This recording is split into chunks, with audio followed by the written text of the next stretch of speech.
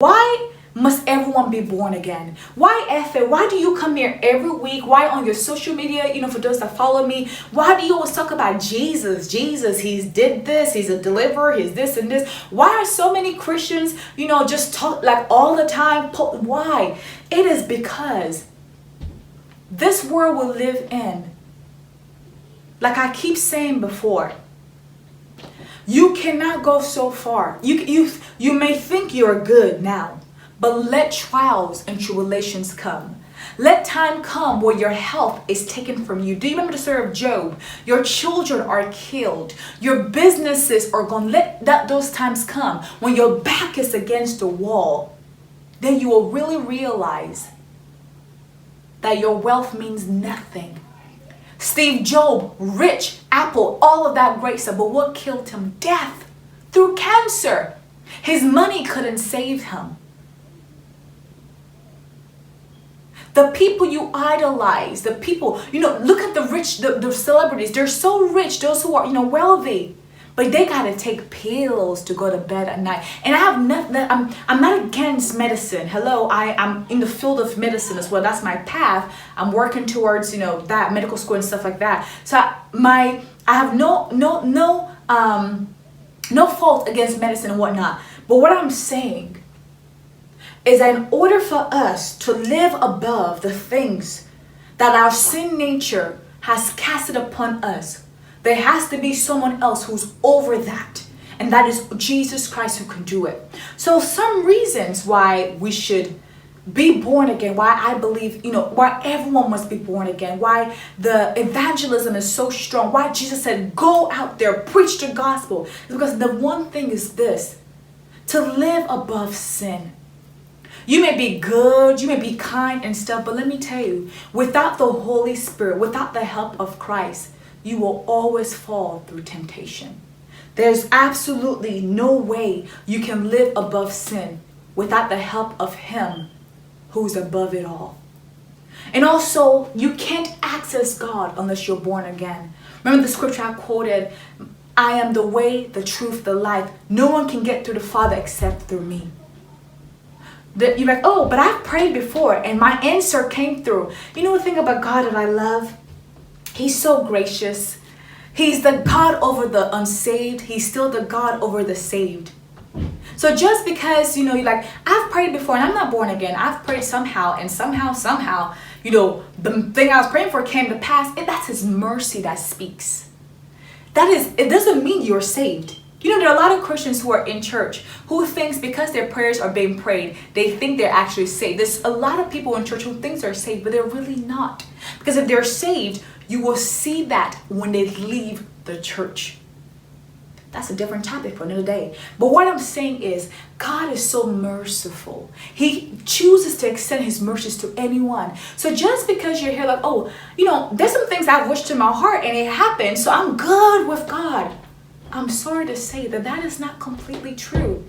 It is His grace that speaks. That is His mercy that has been extended.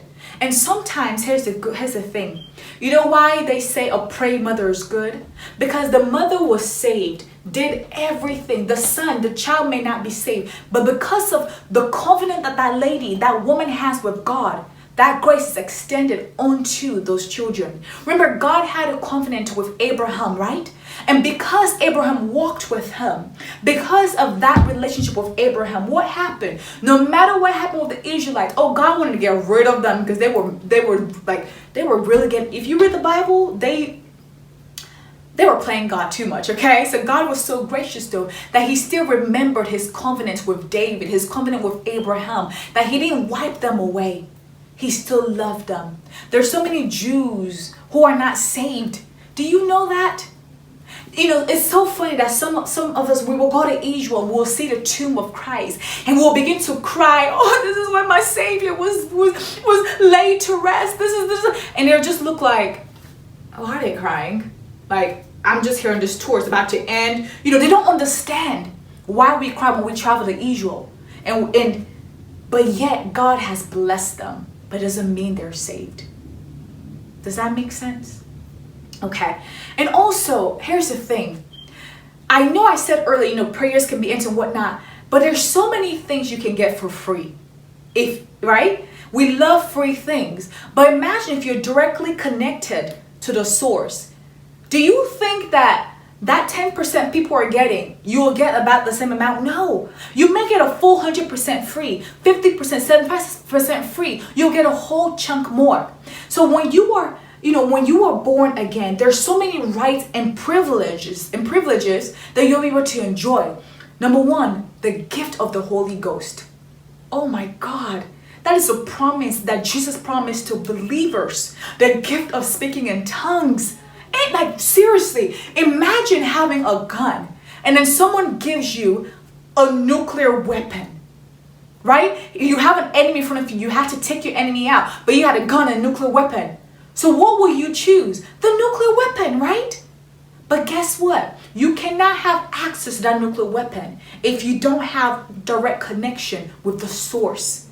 And that is what it's like when you're born again. There's so many rights and privileges that people who are unbelievers would never experience unless they are connected to the source. Does that make sense? Awesome. And the last but not the least reason why you must be born again, why everyone must be born again, is because of hell. Now listen, hell was never created for people. Hell was never created for you and I. Hell was created for Satan and his agents. God never attends. Can you imagine? You give birth to a child.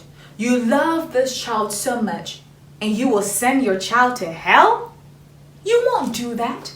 There's so many people who are saying, if God is so loving, why does he send his people to hell? Why? God doesn't send you to hell. In fact, he sent Jesus here to save you from going that path. He doesn't send you to hell. You send yourself to hell.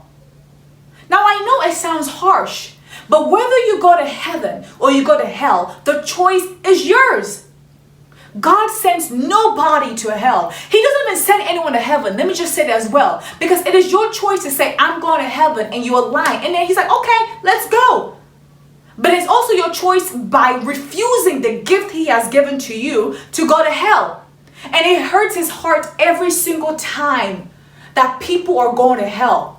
Which is why the Bible says that because of one soul, when one soul is saved, the heavens, they throw a party. There's party in heaven because one soul is saved. Imagine when one person is saved, there's a party. Imagine that.